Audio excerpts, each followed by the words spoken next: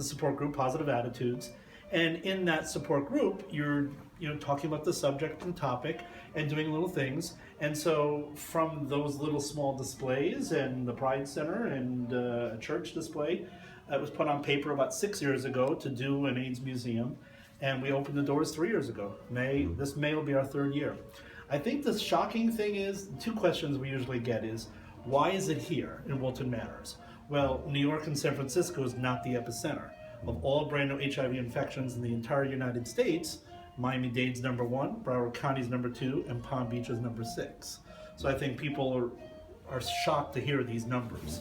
I think the other thing that's shocking that when people find out is that in the German Holocaust, there's about 8 million people that died and 400 museums telling that story.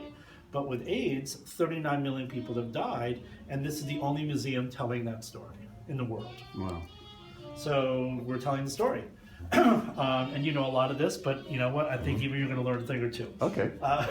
So most people think it began in the 1980s, but we trace it back to its origins as a monkey virus as far back as 1908. SIV, simian immune virus, where monkeys and humans have a similar DNA, so it was able to transfer rather quickly and easily. Now, in the 50s and 60s, they're building roads out of the jungle into the largest city of Kinshasa, so the virus left the jungle and went into the larger population. To do that, they had people from Haiti build those roads. The people from Haiti built those roads, they went back home to Haiti, brought back money to their family, also brought back disease as well. So then, as Haitians migrated to Florida, HIV came to America through the Haitian connection in the early 60s. Also, Haiti was also a popular tourist destination for gay Americans in the 1970s. So once again, another connection. Greth Rash, she was a Danish physician and surgeon, and she was doing polio vaccines for those workers.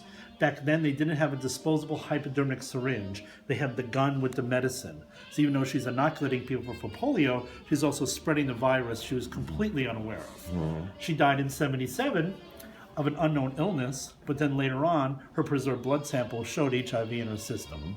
A lot of the stuff we're talking about is in this book here, Tinderbox. You're probably familiar with another book called The River, but the Tinderbox was in 2012. It's a little more factual. What was the mode of transmission, do they think, for her, the Danish physician? She was doing inoculations. Yeah. That wouldn't necessarily, of course, she lived there. She could have had a relationship there. And even though she was inoculating the people, she was also inoculating. She had to get her inoculations herself as well. Oh, okay. Yeah, I mean, like anything, she's in the jungle. Even today, you go there, you get malaria shots and so forth. So yeah. So she was inoculated using that same device, which could have been spreading the HIV. Sure. Okay. Yeah. And she was in direct contact with these people, and even like with the monkey situation, if you have a cut in your hand and there's blood, and she's probably working in tents, you're not in a facility or something. The earliest known factual case is an African gentleman in 1959, and that's the earliest factual case we can find with someone with HIV in their blood system. I think the strangest story is the Robert Rayford story. So he's a 16-year-old boy who dies in 1969 at the age of 16 and has Kaposi sarcoma. So at the time they knew Kaposi as being a skin disease for elderly Jewish men in the Mediterranean. But then why did this young kid get it infected so badly with it and die of it? So once again, they just didn't think much about it. He never left St. Louis, never traveled to the Congo. But in the late 80s, we're aware of Kaposi's and HIV connection, and someone says, hey, didn't that kid have Kaposi's? So his preserved blood sample showed HIV in his system. St. Louis, though. St. Louis, 16 years old. And 1969, yeah. Wow. Was he hemophiliac, or did he have a blood transfusion? Right. We're not sure how he got it. The theories are either maybe a little bit of tainted blood in a hospital stay, or maybe through sex hustling at age 16. We're not sure. But the fact of the matter is he's an innocent little kid who never left St. Louis. Right. And how did he get it? We're not sure how.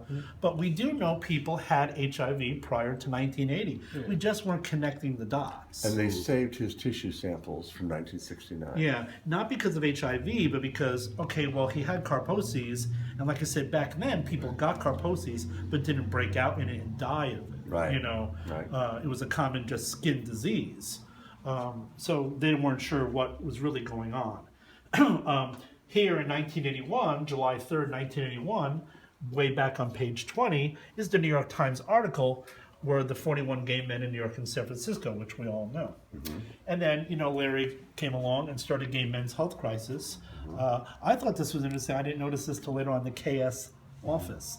So we weren't calling it AIDS. We weren't even calling it GRID. We were calling it the KS office because a lot of the guys initially for that hotline was for people who were having KS. But then, people were calling, well, I don't have KS, but I have pneumonia, or I have this, or I have that. And so the hotline started that way, but then sprung into different other types of infections. And not just the gay men were calling in, it was hemophiliacs, hookers, Haitians in South Florida. So how the exhibit is set up is the main black panels, the main story year by year, month by month. And then the gray area are the highlights of the main HIV story. What's in the red line is a current event timeline showing you what's happening in the world to the HIV story. So for example, you were a little boy collecting your Cabbage Patch dolls when all this was happening. Do you, I'm looking at this, mistakenly then interpreted as zero? The interesting part to me about this story is Randy Schultz and the band Played On, which is what, immortalized this guy. And it was his editor that said, we need there needs to be a villain. We need conflict in this story. And Randy actually, to his discredit today, inflated the story to create this for his editors, something that they could then use in his book tour. He never was patient zero ever. Right. He was actually patient letter O because he was an Air Canada Canadian resident. And the 41 gay men in that New York Times article, they were asking them what's going on, and so the guys in New York said they slept with Gitan. Some of the guys in San Francisco said they slept with Gitan. So they started to look at him. In California, you're patient 12, patient 13. He was patient letter O for out of California. So how interesting. I didn't know that. Yeah. So, good. I taught you something. Yes. He was letter O. That was his medical. So you're patient 12, you're patient 13. He was not a California resident. He was patient letter O for out of California. Wow. Well, and Randy allowed that misinterpretation to. Have you seen the video of Gaten Jaga at an AIDS town hall meeting in Canada?